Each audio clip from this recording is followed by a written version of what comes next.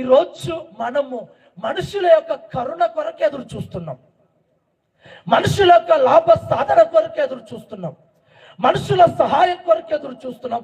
మనుషులు ఏదైనా ఇస్తారా, మనుషులు ఏదైనా చేస్తారా, మనుషులు ఏదైనా తప్పిస్తారని చెప్పేసి మనుషుల కొరకు ఎదురు చూస్తూ ఉన్నాం.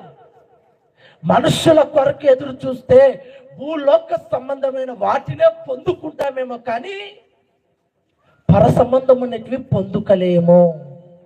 దేవుడు కరుణించేంత వరకు నీవు దేవుని తట్టే చూడాలి, దేవుని తట్టు చూడాలంతేను. ఇంకా మనుషుల తట్టు, అధికారుల తట్టు, ఇంటి పక్కన వారి తట్టు, లేదా ఇంకొకరి తట్టు నువ్వు చూసావంటే దేవుడు ఇవ్వవలసినది నువ్వు పొందుకోలేవు. నువ్వు పొందుకోవాల్సింది దేవుని తట్టు తిరిగి పొందుకుందువుగాక.